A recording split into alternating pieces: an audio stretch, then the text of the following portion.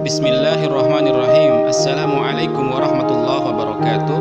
Alhamdulillahirabbil alamin. Sahabat-sahabat, kita memuji syukur kehadirat Allah Subhanahu wa taala yang telah memberikan nikmat yang begitu banyak kepada kita semuanya sehingga kita bisa menyimak kembali video dalam channel Dunia Pesantren kali ini. Tak lupa salawat dan salam mudah-mudahan dilimpah curahkan kepada baginda Rasulullah sallallahu alaihi wasallam. Pada video kali ini kita akan membahas tentang kisah Nabi Harun alaihissalam. Jangan lupa sahabat-sahabat untuk like, share, dan memberikan subscribe, juga menekan tombol loncengnya. Semoga menjadi amal jariah. Selamat menyimak. Di antara nabi yang wajib diimani oleh umat Islam, Nabi Harun adalah salah satunya. Ia merupakan nabi yang selalu dikaitkan dengan Nabi Musa. Salah satu alasannya adalah karena keduanya masih terhitung bersaudara. Keduanya diutus oleh Allah untuk berdakwah dan membela kebenaran serta mengajarkan ajaran yang baik kepada sekalian umat Bani Israel. Memahami sejarah dan kisah hidup Nabi Harun tidak kalah penting untuk dilakukan, sehingga selain mengimani manusia juga harus mengambil pelajaran dan tauladan darinya.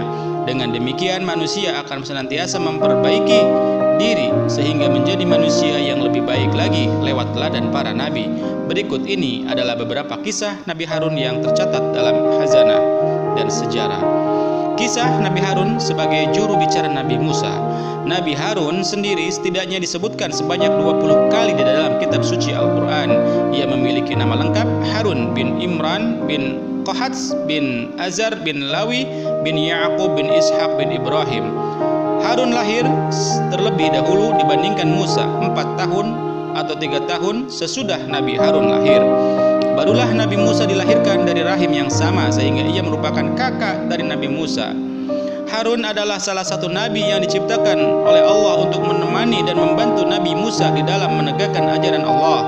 Diangkat Nabi Harun menjadi seorang rasul adalah pada tahun 1450 sebelum Masehi. Ditugaskan untuk melakukan dakwah dan memberi peringatan kepada Fir'aun dan juga Bani Israel di Mesir. Nabi Harun dilahirkan sebagai seorang yang sangat pandai dalam berbicara. Dia di samping itu juga memiliki pendirian yang sangat tegas dan berani, sehingga ia bersama Nabi Musa akan menyampaikan ajaran dan dakwah kepada para raja yang sesat dan menyimpang. Bahkan kelebihannya dalam berbicara diikuti dan diakui oleh Nabi Musa dalam sebuah riwayat. Ia pun dinobatkan sebagai juru bicara Nabi Musa. Dijadikannya Nabi Harun sebagai juru bicara tentu saja bukan tanpa alasan. Pada suatu ketika ada kejadian tertentu yang membuat lidah Nabi Musa menjadi keluh dan tidak dapat berbicara dengan fasih. Karena saat Fir'aun menyuruh Musa untuk memilih antara api dan juga roti, Allah memberikan petunjuk untuk memilih api agar ia selamat dari Fir'aun. Dengan hadirnya Nabi Harun, maka ia menjadi sangat meringankan beban dakwah yang diemban oleh Nabi Musa tersebut.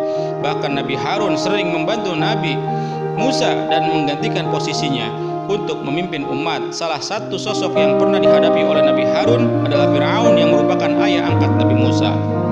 Sahabat-sahabat, pada suatu ketika karena miris melihat Bani Israel yang di bawah belenggu kezaliman, maka Nabi Musa dan Nabi Harun hendak melakukan dakwah dan memberikan peringatan kepada Fir'aun. Nabi Harun pun merasa sangat bergembira karena Bani Israel akan segera bebas dan dikeluarkan dari Mesir. Mereka berharap Allah akan menyelamatkan dan memberikan kekuatan kepada mereka. Ketika mereka sedang memberikan suatu peringatan kepada Fir'aun, ia justru mengolok dan mengejek keduanya. Fir'aun merasa sangat kesal karena Nabi Musa yang dirawatnya sejak kecil justru membuat onar dan melarikan diri. Kemudian ketika Nabi Musa berusaha untuk mengajak Fir'aun kepada agama dan kebaikan, Fir'aun justru mengingkari semua hal tersebut. Bahkan Fir'aun pun menegaskan bahwa Rasul yang ditugaskan untuk memberikan suatu dakwah dan peringatan merupakan orang-orang gila, dan Fir'aun sama sekali tidak percaya dengan Nabi Musa. Kemudian meminta suatu bukti kepadanya sehingga kerasulan Musa bisa diakui. Menuruti permintaan dari Fir'aun, Nabi Musa pun langsung melemparkan sebuah tongkat. Ketika tongkat tersebut dilempar, maka ia langsung berubah menjadi ular. Dan saat Nabi Musa mengulurkan tangannya kepada sang ular tersebut, ia pun kembali menjadi sebuah tongkat. Dan saat Musa memasukkan tangan ke saku bajunya, maka muncullah warna putih berkilau yang memukau. Menyaksikan hal tersebut, Fir'aun menuduh bahwa Nabi Musa sedang melakukan sihir dan dia termasuk golongan penyihir. Namun Nabi Musa dan Nabi Harun sama sekali tidak menyerah. Akhirnya mereka pun diadu bersama dengan para banyak penyihir. Namun saat Nabi Musa tampil dengan semua orang terheran-heran menariknya. Semua orang pun bersedia mengakui bahwa apa yang dilakukan Nabi Musa bukanlah sihir. Menyaksikan hal tersebut, para penyihir yang ada mengakui mukjizat Nabi Musa dan dilapangkan hatinya untuk memohon ampun kepada Allah. Melihat hal semacam ini, Fir'aun merasa geram dan dendam. Namun keimanan para penyihir tersebut sangat kuat dan tidak terpengaruh sama sekali. Sahabat-sahabat, kisah Nabi Harun dengan Samiri. Pada suatu hari Nabi Musa dan Nabi Harun beserta rombongannya tengah melakukan perjalanan ke suatu negeri. Negeri tersebut dikenal dengan negeri Kanaan. Di tengah perjalanan mereka semua melewati bukit yang diberi nama Bukit Sinai. Di atas bukit tersebut Nabi Musa hendak menerima wahyu dari Allah. Hal ini disebutkan di dalam Al-Quran surah Al-A'raf ayat 142. Wahyu yang diterima oleh Nabi Musa berupa kitab Taurat yang ia terima selama 40 hari. Ketika Nabi Musa meninggalkan kepemimpinannya, ia merasa khawatir akan apa yang terjadi nanti. Salah satu kekhawatiran ia memiliki adalah jika seandainya kaum Bani Israel membuat suatu kerusakan jika di negeri tersebut tidak ada pemimpinnya. Karena itulah ia memberi amanat kepada Nabi Harun untuk memimpin. Namun di tengah perjalanan menggantikan Nabi Musa, pemimpin Bani Israel, Nabi Harun menghadapi permasalahan yang tidak dapat ia atasi. Semua kaum Bani Israel membantu membuat sebuah patung sapi berbahan dasar dari emas. Hal ini dilakukan atas bujukan dan pengaruh seseorang yang bernama Samiri. Adapun perhiasan-perhiasan emas yang dipakai tersebut asalnya adalah dari perhiasan yang mereka bawa. Melihat hal tersebut, Nabi Harun sesungguhnya Allah sudah mengingatkan mereka. Hal ini ia lakukan selama berkali-kali, namun tetap saja tidak membuat hasil. Kaum Bani Israel tetap saja menyembah patung sapi emas yang mereka buat sendiri. Namun Nabi Harun pun terus memberi peringatan kepada mereka bahwa jika hal tersebut terus dilanjutkan, maka Allah akan murka kepada Bani Israel itu sendiri. Peringatan dan berbagai usaha yang dilakukan Nabi Harun ternyata sama sekali tidak didengarkan oleh kaum Bani Israel hingga tiba waktunya Nabi Musa kembali ke lokasi kaumnya di Gunung Sinai. Nabi Musa pun marah besar saat melihat kaumnya kembali menyembah berhala. Selain marah kepada kaumnya, ia juga marah kepada Nabi Harun karena dianggap tidak bisa menjaga amanah yang ia berikan. Karena merasa kecewa kepada Nabi Harun yang tidak lain adalah kakaknya, Nabi Musa pun memegangi kepala dan juga janggutnya seraya berkata, "Hai Harun, apa yang sudah menghalangi saat engkau menyaksikan bahwa mereka telah sesat?" Toha 92. Untuk mengikuti perjalananku ke Gunung Sinai bersama dengan kaum yang beriman, apakah engkau memilih untuk melanggar perintahku dengan kesengajaan? Toha 93. Mendengar hal tersebut, akhirnya Nabi Harun pun menjawab, "Wahai engkau yang menjadi putra ibuku, jangan kau ambil janggut dan juga rambutku. Aku merasa takut jika engkau nantinya akan mengatakan engkau telah memecah kaum Bani Israel dan tidak lagi mengindahkan apa yang aku katakan." Toha 94. Kemudian Nabi Harun pun menjelaskan bahwa ia sudah memberikan peringatan kepada kaum Bani Israel, namun mereka tetap membangkang, bahkan akan hampir membunuhnya. Setelah itu ia juga menjelaskan bahwa yang memicu kaumnya adalah pengaruh dari Samiri. Dengan demikian salah paham antara Nabi Musa dan Nabi Harun berakhir. Selanjutnya Nabi Musa pun mendatangi Samiri dan menanyakan alasan mengapa ia melakukan hal tersebut. Setelah Samiri memberitahu alasannya, Nabi Musa pun menghancurkan seluruh patung yang dibuat hingga sama sekali tidak tersisa, sedangkan sisa keruntuhannya dibuang ke lautan. Sesudah kejadian tersebut, Allah pun memberitahukan kepada Nabi Musa bahwa Nabi Harun sudah berusaha untuk menghentikan mereka, namun sama sekali tidak membuahkan hasil. Akhirnya Nabi Musa merasa tenang karena saudaranya tidak melakukan perbuatan syirik tersebut. Sahabat-sahabat yang dirahmati Allah Subhanahu wa taala, kembalinya umat dan hilangnya kesalahpahaman Nabi Musa kepada Nabi Harun. Pada akhirnya Nabi Musa pun sadar bahwa Nabi Harun atau saudaranya tersebut tidak menjalankan tugas dengan sebaik mungkin, sehingga ia pun memohon ampunan kepada Allah atas kesalahan dirinya dan saudaranya itu. Sedangkan Samiri yang telah mengajak umatnya menyimpang akhirnya diusir dan tidak diperbolehkan lagi untuk bergaul dengan kaumnya. Karena ulahnya, Samiri pun terkena suatu kutukan bahwa apabila dirinya disentuh ataupun menyentuh manusia, maka tubuhnya akan merasa panas. Itu pun menjadi siksaan yang akan ia alami baik di dunia maupun di akhirat nanti. Dan akhirnya ia pun akan masuk neraka. Sesaat sesudah itu Nabi Musa pun memberikan perintah kepada kaumnya untuk bertaubat kepada Allah dengan penuh kesungguhan. Dari beberapa kaumnya ada sekitar 70 orang terbaik diajaknya ke gunung. Gunung tersebut bernama Gunung Tursina. Mereka oleh Allah diajak untuk memohon suatu ampunan karena kaumnya telah melakukan suatu dosa besar. Mereka berharap akan mendapatkan rahmat dan ampunan dari Allah yang Maha Mengampun dosa. Ketika mereka telah sampai di atas gunung, mereka menemui awan yang sangat tebal. Mereka pun memasuki awan tersebut sembari bersujud kepada Allah. Beberapa saat kemudian mereka pun mendengar percakapan Nabi Musa dengan Allah. Sesaat sesudah itu mereka pun berkeinginan untuk melihat Allah langsung menggunakan mata kepala mereka sendiri.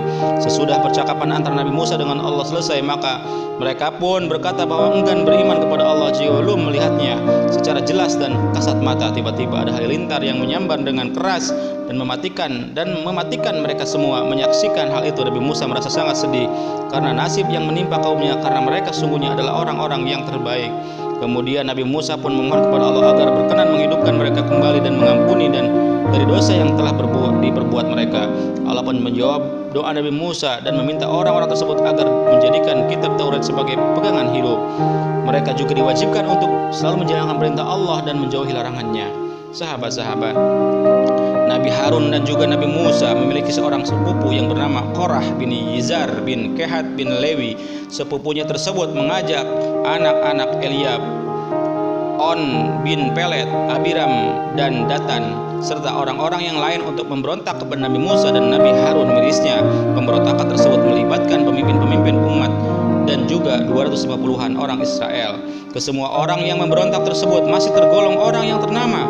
Kemudian ketika mereka berkumpul di hadapan Musa dan Harun, seraya mengatakan bahwa mereka berdua adalah orang yang selalu meninggikan diri di bawah jamaah Tuhan. Sebenarnya hal ini dilakukan lantaran Korah iri dengan Nabi Harun. Antara kedua belah pihak berdiri di sisi yang berbeda. Berkumpulkan kedua kelompok menjadi dua sisi tersebut adalah atas perintah dari Allah, di mana Nabi Musa menyerahkan semua keputusan kepadanya. Akhirnya bumi pun menjadi terbelah, tepatnya ada di bawah kelompok Korah. Sesudah itu bumi pun membuka mulutnya kemudian menelan orang-orang tersebut. Tidak hanya itu, rumah mereka pun juga ikut tertelan. Bumi menutup kehidupan mereka karena ditenggelamkan bak orang yang sudah mati. Hal ini terjadi karena tingkah mereka sendiri yang semena-mena dan berbuat kezaliman. Kemudian keluarlah api besar yang langsung dikirimkan oleh Allah pada kala itu. Api tersebut memakan semua orang yang ada di sana, termasuk 250 orang Israel yang turut memberontak kepada Nabi Musa dan Nabi Harun. Keesokan harinya mereka, rakyat dan umat merasa sangat heran kepada Nabi Musa dan Nabi Harun. Sesaat setelah itu turunkan wahyu dari Tuhan yang memerintahkan Nabi Musa dan Nabi Harun untuk menuju ke tengah-tengah umat, dan akhirnya mereka mengadakan suatu perdamaian kepada semua bangsa. Sahabat-sahabat, Nabi Harun dan Nabi Musa tidak diperkenankan untuk masuk ke kawasan tanah Kanaan. Hal itu disebabkan karena keduanya pernah melakukan suatu kesalahan di kawasan mata air Mariba yang lokasinya ada di kota Kades. Mereka pun keluar dari kawasan Kades untuk menuju ke suatu tempat hingga tibalah mereka di salah satu gunung yang dikenal dengan Gunung Hor di kawasan perbatasan Edom. Kala itu Nabi Harun pun menaiki gunung tersebut bersama dengan Nabi Musa, salah seorang putranya yang bernama Eliezer. Hal ini mereka lakukan sebenarnya yang diperintahkan oleh Allah. Sesaat sesudah itu Nabi Musa pun melepaskan pakaian yang dikenakan oleh Nabi Harun, kemudian memakaikannya kepada putra Nabi Harun. Kemudian Nabi Harun pun menghembuskan napas terakhirnya di puncak gunung Hor tersebut. Lalu Nabi Musa bersama dengan Eliezer pun kembali dan turun dari gunung tersebut. Berita mengenai kematian Nabi Harun pun terdengar oleh semua umat dan jemaah. Mendapati bahwa Nabi Harun telah mati, bangsa Israel pun menangisinya bahkan hingga mencapai 30 hari sesudah kematiannya. Nabi Harun dipanggil oleh Allah tepat 40 tahun setelah bangsa Israel keluar dari kawasan Mesir. Dan berdasarkan kepada kepercayaan Islam, makam Nabi Harun terletak di kawasan Gunung Harun. Lokasi ini tergolong sangat dekat dengan Petra yang terletak di Yordania. Ini merupakan tempat yang suci bagi para penduduk di sana dan masih termasuk puncak tertinggi yang ada di kawasan itu. Kisah semasa hidup Nabi Harun memberikan berbagai pembelajaran kepada umat manusia. Dari Nabi Harun bisa diambil pelajaran mengenai kesabaran, kegigihan, dan keikhlasannya di dalam berjuang, sehingga ini bisa dijadikan sebagai salah satu tauladan bagi seluruh umat saat ini. Sekian pembahasan kisah Nabi Harun. Mudah-mudahan ada manfaatnya bagi kita semuanya. Sahabat-sahabat, mohon maaf jika banyak salah-salah kata, banyak khilaf. dan kurang tepat dalam pengucapan, mohon untuk dimaafkan. Sahabat-sahabat, sebelum berpisah jangan lupa silakan untuk like, untuk share ke teman-teman dan ke yang lainnya, dan jangan lupa untuk subscribe dan menekan tombol loncengnya. Semoga menjadi amal jariah buat kita semuanya, amin ya Allah ya rabbal alamin. Akhirul kalam, wassalamualaikum warahmatullahi wabarakatuh.